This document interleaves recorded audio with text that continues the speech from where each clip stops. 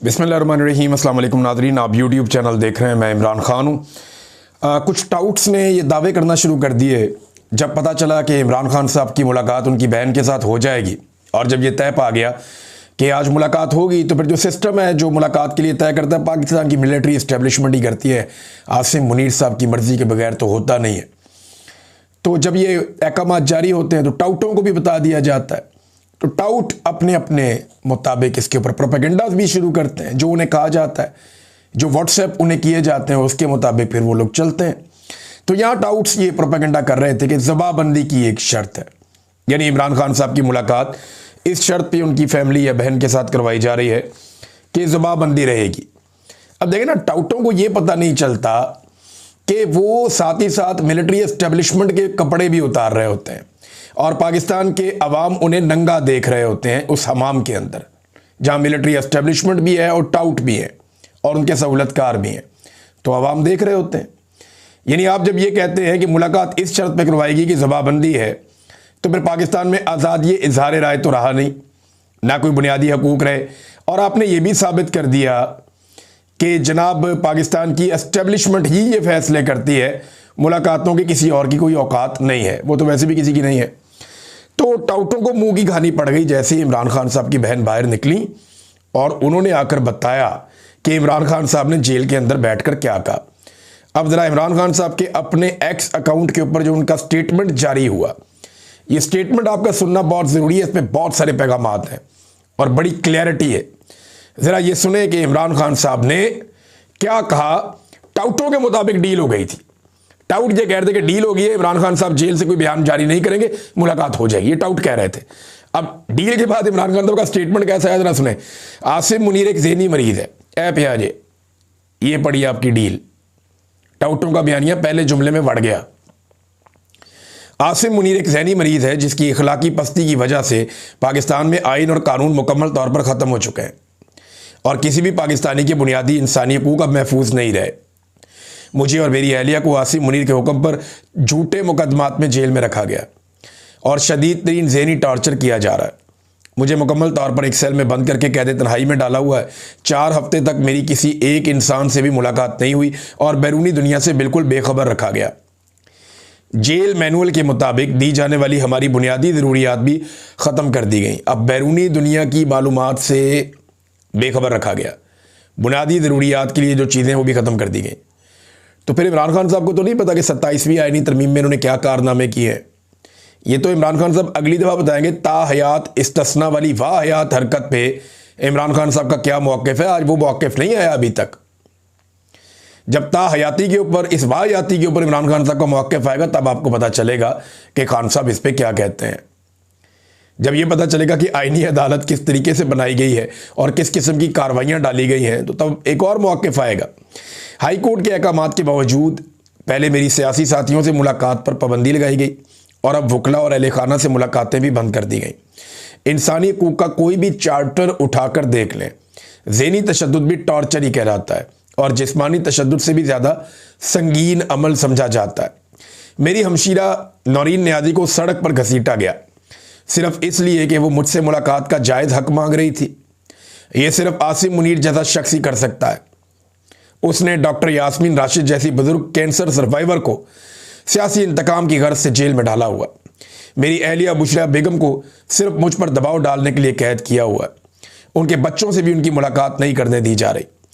इनको तमाम सहूलियात से महरूम रखा गया है। इन सब मिसालों से इस शख्स की ज़हनी सतह का अंदाज़ा होता है। कैद तन्हाई काटना इंतहाई तकलीफ दे अमल है, लेकिन मैं ये सिर्फ अपनी कौम की खातिर बर्दाश्त कर रहा हूँ। इमरान खान ने फिर कहा कि कौम की खातिर मैं ये मार खा रहा हूँ। मैंने 10 मरतबा आपको बताया कि इमरान खान मार अपने लिए नहीं खा रहा, वो इस कौम के लिए मार खा रहा है। उसकी ज़िंदगी बड़ी शानदार है।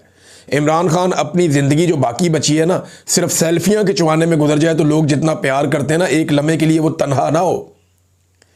इमरान खान अगर पूरी दुनिया का चक्कर एक लगा लेना तो दुनिया उसको सर और आंखों के ऊपर बिठाए। उसको अपने लिए कोई प्रॉब्लम नहीं है। प्रॉब्लम कहाँ पे है? प्रॉब्लम है पाकिस्तानी कौम के लिए। उसके लिए वो कुर्बानी दे रहा है। मैं अपनी कौम के लिए ये तकलीफ़ बर्दाश्त कर रहा हूँ कैद तन्हाई की। जब तक कौम खुद गुलामी की जंजीरें नहीं तोड़ती, पाकिस्तान पर मुसल्लत माफियात ऐसे ही उसका इस्तेहसाल करते रहेंगे। एक्सटेंशन माफिया, लैंड माफिया, चीनी माफिया, मैंडेट चोर माफिया, हर एक इस कौम को तब तक गुलाम बनाकर रखेगा जब तक ये कौम खुद उठकर खड़ी नहीं हो जाती। आप आज इनके गुलाम हैं, आपकी नस्लें इनकी नस्लों की गुलाम होंगी। अगर इस चक्कर को तोड़ना है तो कौम को खुद गुलामी की जंजीरें तोड़कर हकीकी आज़ादी के लिए खड़ा होना है।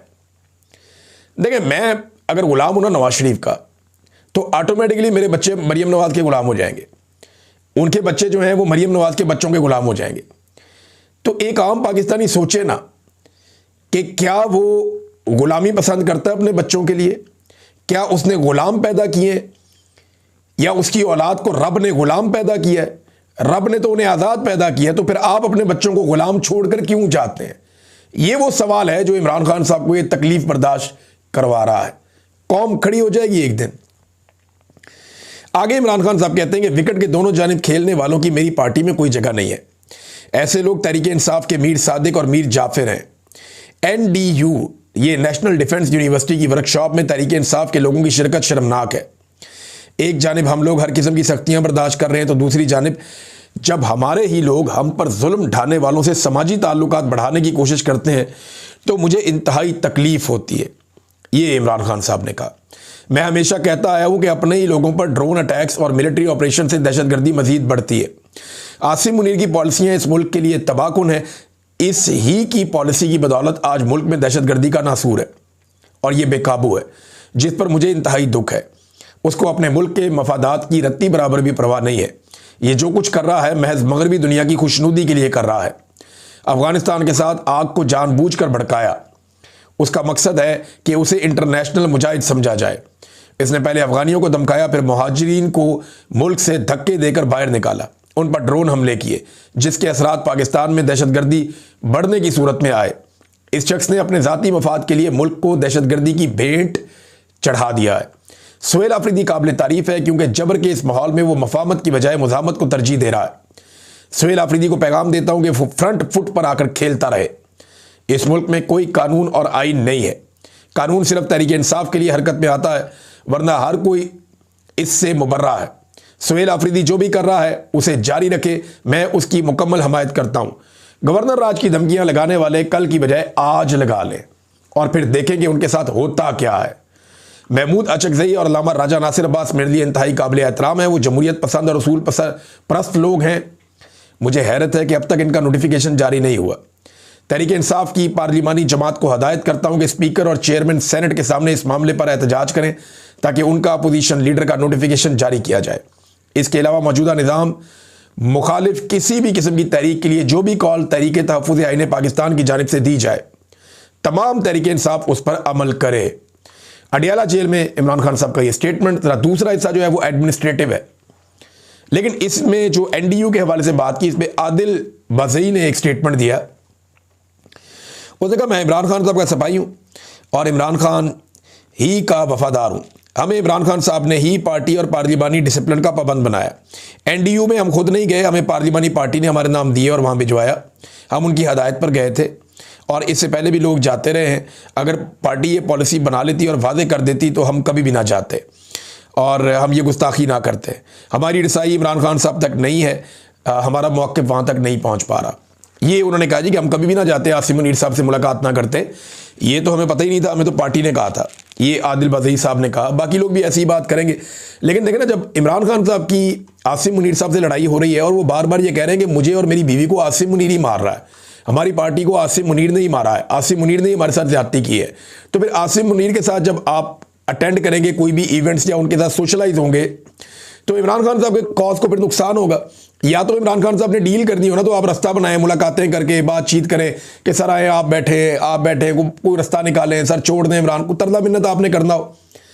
आपको याद है जब नून लीग का बुरा वक्त चल रहा था तो जनरल बाजवा ने इसी किस्म की एक मीटिंग के अंदर जब बुलाया तो ख्वाजा आसिफ पानी की बोतल लेकर वहाँ खड़े हो गए जनरल बाजवा के रास्ते में, और PMLN के लोगों ने जनरल बाजवा को घेर लिया था और मिन्नतें तरले कर करके जनरल बाजवा का दिल नरम करने की कोशिश करते रहे।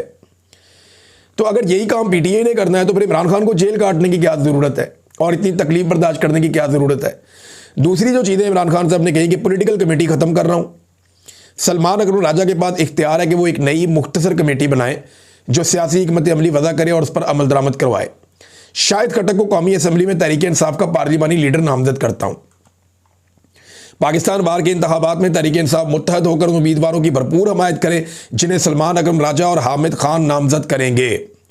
खैबर पख्तूनख्वा के जो वकला के मामलात हैं वो सारे सुहेल अफरीदी साहब उसका खुद जायज़ा लें और बेहतरी के लिए ज़रूरी फ़ैसले करें। फिर किसानों के बारे में उन्होंने कहा कि मईशत की रीढ़ की हड्डी है ज़राअत, इसका मौजूदा जो सूरत हाल है परेशान कुन है। किसानों के हकूक़ पर जिस तरह डाका डाला जा रहा है इस पर मुझे बहुत अफसोस है। ये जनाब इमरान खान साहब के स्टेटमेंट के दोनों हिस्से हैं। तो टाउटों को मुंह की खानी पड़ी एक बार फिर, क्योंकि इमरान खान साहब ने कोई डील नहीं की थी मुलाकात के लिए। ये लोग कहानियाँ सुना रहे थे कि जनाब डील हो गई मुलाकात के लिए और कोई बयान बाहर नहीं आएगा, तो जनाब बयान तो आ गया बाहर और वो सबने सुन भी लिया। दीगर कुछ और लोग भी हैं, इनके नाम भी आ गए हैं जो लोग गए थे NDU में, और अभी इनकी सफाइयाँ भी आ जाएंगी कुछ देर में।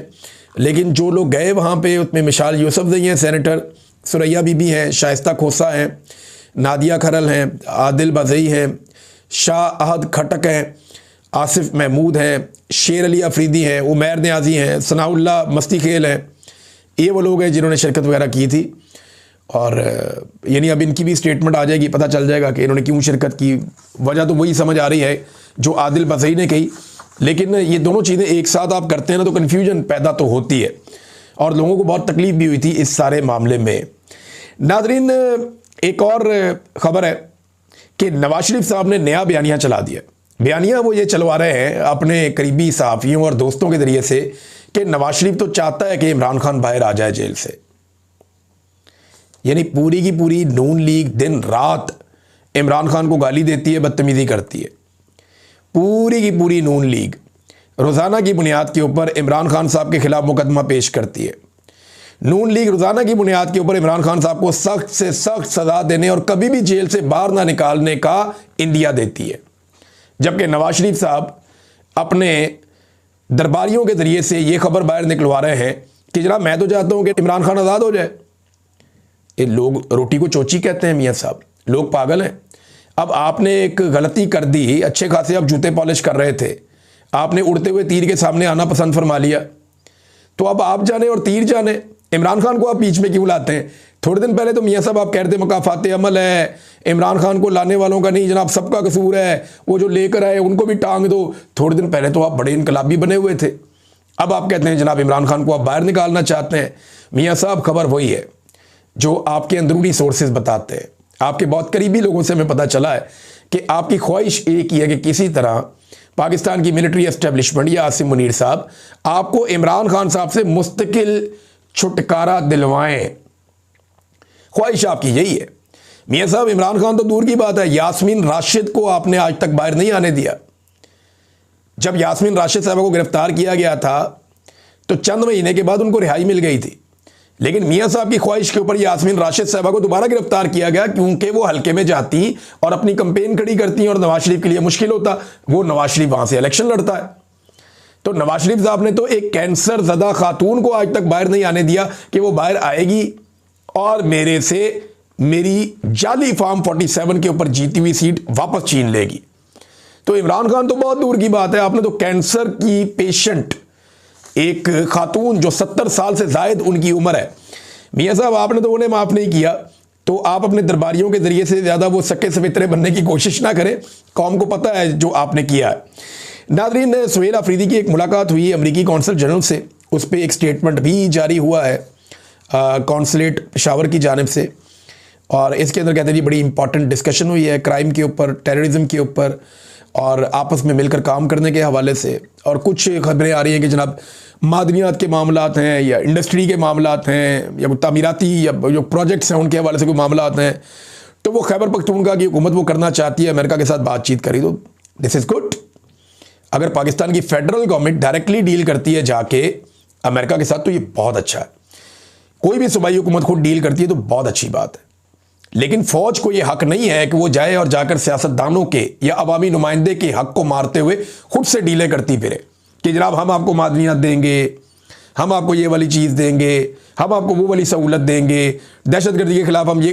फौज का काम नहीं है भाई। अगर दहशतगर्दी के खिलाफ अमेरिका से कोई मदद चाहिए तो वहाँ ख्वाजा आसिफ जाएगा ना, बेशक जाली वजीर दिफा है लेकिन वही जाएगा, वही जाकर बात करेगा। ख्वाजा आसिफ को जाना होगा, वज़ीर दाखिला मिल सकता है, वज़ीर खारजा मिल सकता है, वज़ीर दिफा मिल सकता है। मेन दो लोग हैं, वज़ीर दिफा और वज़ीर खारजा। वज़ीर आज़म मिल सकता है, लेकिन ये आर्मी चीफ का मिलना, फील्ड मार्शल का, बाकी लोगों का, ये गैर ज़रूरी है। ये एक्सरसाइज नहीं होनी चाहिए, यानी ये मुनासिब नहीं है, कोई तरीकाकार नहीं है। अवाम के मुंतखब नुमाइंदों को मुल्क चलाना चाहिए, तो ये अच्छी बात है। एक और बड़ा पॉजिटिव काम जो सुहेल अफरीदी ने किया, ये बहुत इंपॉर्टेंट है और बड़ा अच्छा काम किया है। कम उम्र होने के बावजूद तजर्बाकारों से ज़्यादा समझदार सुहेल अफरीदी साबित हो रहे हैं और सबसे ज़्यादा सियासी नुक्ता नज़र से बेहतर साबित हो रहे हैं। पहले उन्होंने जरगा किया जिसमें सारी सियासी जमातों को बुलाकर उन्होंने ऑन बोर्ड लिया, और अब एनएफसी के मामले पर, यानी एनएफसी का अवार्ड होने जा रहा है, उसमें खैबर पख्तूनख्वा को उसका हिस्सा मिलेगा, तो इस पे उन्होंने अपोजिशन को अपने साथ बिठाकर फैसला किया। पीपल्स पार्टी, जेयूआई, तमाम अरकान जितनी पॉलिटिकल पार्टीज़ के हैं उन सबको बुलाया और सूबे के मुश्तरका मफादात के हवाले से जो मालियाती हुकूक हैं सूबे के, उनको लेकर अफरीदी साहब ने बातचीत की और सबको एतमाद में लिया, और अपोजिशन जो है वो भी इसके अंदर जाकर शामिल हुई। कितनी अच्छी बात है। पंजाब में तो मरियम नवाज शक्ल नहीं देखना चाहती अपने इत्तेहादियों की भी, सिंध में भी ऐसे ही है, लेकिन खैबर पख्तूनख्वा में भारी अक्सरियत होने के बावजूद सुहेल अफरीदी सबको ऑन बोर्ड लेकर चलता है। ये है जमहूरियत और ये है सियासी तरीक़ाकार, क्योंकि एक स्टूडेंट यूनियन से एक तालिब इल्म उठकर आया है तो उसकी ट्रेनिंग अच्छी है और एक जमहूरी तरीके से वो चल रहा है। नादरीन, ये एक और ख़बर है। खबर आप देखें, पाकिस्तान में तजारती खसारे में इजाफा हो गया। ये तजारती खसारा क्या होता है? जो आप पाकिस्तान से बाहर एक्सपोर्ट करते हैं और जो इंपोर्ट करते हैं, इसके बीच में जो रकम का फ़र्क होता है उसे तजारती खसारा कहते हैं। यानी वो मुल्क हमेशा फ़ायदे में होता है जो ज़्यादा चीज़ें अपने मुल्क से बनाकर बाहर भेज रहा है और कम चीज़ें बाहर से उसके मुल्क में आ रही हैं, तो वो मुनाफे में जा रहा होता है, उसको तजारती फ़ायदा हो रहा होता है, मुनाफा हो रहा होता है। खसारा ये होता है कि आप बाहर से जो सामान मंगा रहे हैं वो 100 रुपये का है और आप बाहर जो भिजवा रहे हैं वो 30 रुपये का है, तो आप 70 रुपये खसारे में आ गए। तो पाकिस्तान जो है वो खसारे में रहता है और ये खसारा बढ़ता ही चला जा रहा है क्योंकि पाकिस्तान एक्सपोर्ट्स नहीं कर पा रहा। पाकिस्तान में इंडस्ट्री लगातार बंद होती जा रही है। टेक्सटाइल की हमारी सबसे बड़ी इंडस्ट्री है, वो लोग बैठ कर बता चुके हैं कि जनाब हमारी 100 से ज़्यादा मिलें मजीद बंद हो गई हैं, हम काम ही नहीं कर पा रहे। छोटे यूनिट तो बहुत पहले बंद हो गए थे, तो एक्सपोर्ट्स हो गई फारिग। अब ऐसी सूरत हाल में जुलाई से लेकर नवंबर तक, जुलाई, अगस्त, सितंबर, अक्टूबर, नवंबर, ये 5 महीनों के अंदर, इन 5 महीनों में पाकिस्तान का जो तजारती खसारा है उसमें 37.17% तक इजाफा हो गया। ये बहुत बड़ा इजाफा है, यानी ये पाकिस्तान की पसली तोड़ने वाली चीज़ है ये जो हुई है। एक और बड़ी खौफनाक खबर आई है नाज़रीन, और इस खबर के ऊपर बहुत सारे लोग कमेंट कर रहे हैं और ये बैनुल-अक़वामी सतह पे पाकिस्तान की एक बहुत बड़ी जग हसाई हुई है। ये data economic policy and business development think tank, ये इनका डाटा है और बैनुल-अक़वामी सतह पे ये काम करते हैं, पूरी दुनिया का डाटा इकट्ठा करते हैं। अब इन्होंने एक डाटा जारी किया जिसमें ये बता रहे हैं कि गवर्नेंस के मसाइल किस मुल्क में ज़्यादा हैं। अब ज़रा आप चेक करें कि पाकिस्तान की हालत क्या है। टोटल 120 पॉइंट है, जिसको जितने ज़्यादा पॉइंट मिलेंगे उसकी उतनी बुरी हालत है। 120 पॉइंट में से पाकिस्तान ने 109 पॉइंट हासिल किए हैं। 109 पॉइंट 120 में से, ये पाकिस्तान की हालत है। इंडिया ने 71 पॉइंट हासिल किए हैं, यानी वो बहुत बेहतर है पाकिस्तान से। बांग्लादेश में भी इनकलाब है, बेड़े ही गर्क हुआ पड़ा है, 95 पॉइंट उन्होंने हासिल किए हैं। वियतनाम 48 पॉइंट हासिल किए हैं। तुर्की ने 74वें नंबर पे। तो पाकिस्तान 109वें नंबर पे पहुंच गया 120 में से। 120 पॉइंट्स में से 109 पे पाकिस्तान पहुंच गया। बेड़े गर्क कर दिया पाकिस्तान की गवर्नेंस का इस हुकूमत ने, और ये डाटा इस बात की गवाही दे रहा है। इसमें क्या क्या चीज़ें नोट की जाती हैं? वॉइस एंड अकाउंटेबिलिटी, एहतसाब का निज़ाम, बोलने की ताकत। पॉलिटिकल स्टेबिलिटी, सियासी इस्तेहकाम है ही नहीं। एब्सेंस ऑफ वायलेंस, यानी यहाँ पे तशद्दुद नहीं होना चाहिए, तशद्दुद तो बहुत ज़्यादा है पाकिस्तान में। गवर्नमेंट इफेक्टिवनेस, ये भी नहीं है पाकिस्तान में, गवर्नमेंट इफेक्टिव है ही नहीं। Regulatory authority and there quality, कोई चक्कर नहीं है। रूल ऑफ लॉ बिल्कुल ही फारग है Pakistan. Control of corruption, corruption के ऊपर काबू पाना, ये भी नहीं हो रहा पाकिस्तान से। अब ये सारी चीज़ें मिलकर जो बेड़ा गर्क कर रही हैं, पाकिस्तान को 109 पॉइंट मिल गए 120 में से। कितनी आपकी पथेटिक सूरत हाल है गवर्नेंस की पाकिस्तान की गवर्नमेंट की, और इसके बावजूद ये कहते नहीं हम टेक ऑफ कर रहे हैं। ये टेक ऑफ कर रहे हैं आप मियाँ साहब, बेड़ा गर्क कर दिया पाकिस्तान का पकड़ के आपने। नादरीन, जब इमरान खान साहब के दौरे हुकूमत में पीका एक्ट के ऊपर तरमीम हो रही थी, ये आया तो पहले 2016 में था नवाज शरीफ के दौर में, फिर जब इसके ऊपर पीका एक्ट में तरमीम हो रही थी तो सहाफ़ियों ने बड़े बड़े कैंप लगा दिए, बैठ गए उधर सारे रज के। उन्होंने कहा सवाल ही पैदा नहीं होता, हम नहीं होने देंगे, हम नहीं होने देंगे, ये कानून हम नहीं बनने देंगे। हालांकि ये जो अब इन्होंने पीका बना दिया ना, ये उसका इमरान खान साहब के दौर में 5% भी नहीं था। जितना जुल्म अब किया है ये तो कानून ही नहीं है, ये तो कोई इन्होंने तलवार बना दी है जो सबकी गर्दन उतार देगी। ये तो कानून तो इसको कह ही नहीं सकते आप, ये तो लाकानूनियत है, बिल्कुल काला कानून जो इन्होंने अब पीका का बनाया। अगर उस दौर में 5% भी नहीं था इम्पैक्ट और सारे सहाफ़ी बैठे हुए थे खेमे और कैंप लगा के और धड़ाधड़ वहां पे एहतजाज हो रहे थे, और आज जब पीका यहां पे नाफिज कर दिया, बंदे पकड़ पकड़ के अंदर डाल रहे हैं, हमारे सहाफ़ियों को इन्होंने नाक में दम किया हुआ है और कोई सहाफ़ती तंजीम उसके खिलाफ खड़ी नहीं हो रही, कोई उसके बारे में बात नहीं कर रहा। यहाँ पे अल्लामा राजा नासिर अब्बास साहब ने इसके ऊपर एक स्टेटमेंट भी दिया कि जब पीका एक्ट लगा तो हमें लगा कि सहाफ़ी हर रोज़ एहतजाज करेंगे, लेकिन जब जुल्म होता है तो सब खामोश हो जाते हैं, तो फिर जालिम और ज़्यादा दिलेर हो जाता है। खामोशी जुल्म के मुकाबले में जुर्म है। तो सहाफ़ी जो है ना वो इमरान खान साहब के दौर में बहुत ज़्यादा खड़े होकर तहरीकें चलाते थे, लेकिन आज के दौर में जुल्म उससे 10 गुना ज़्यादा है या उससे भी ज़्यादा है और तहरीक चलाने वाला कोई भी नहीं। नादरीन, सोहराब बरकत साहब की अच्छी खबर यह है कि वो जुडिशल हो गए और मैं उम्मीद करता हूँ कि जल्दी उनकी बेल भी हो जाएगी। वकला की बड़ी मेहरबानी, सब ने बड़ी मेहनत की, लेकिन अभी 2 जर्नलिस्ट हैं, उनके लिए आप सब आवाज़ उठाएं, जिनमें एक आगा शेख सरवर साहब हैं, एक राय गुलाम अली साहब हैं। उनको शनाख्त परेड में देखें पकड़ा हुआ है और आज के दिन में उन्हें पेश किया जाएगा। मैं उम्मीद करता हूं कि वकला इस केस को भी अच्छे तरीके से लड़ेंगे और आप सारे सपोर्ट करने के लिए पहुंचेंगे और अल्लाह करे कि वो भी जल्दी बादियाब होकर अपने घरों को जाएं, क्योंकि फैमिलीज़ बहुत तकलीफ़ बर्दाश्त करती हैं जब इस किस्म का जुल्म किया जाता है। अब तक ले इतना ही, अपना ख्याल रखिएगा, अपने इस चैनल का भी। अल्लाह हाफ़िज़।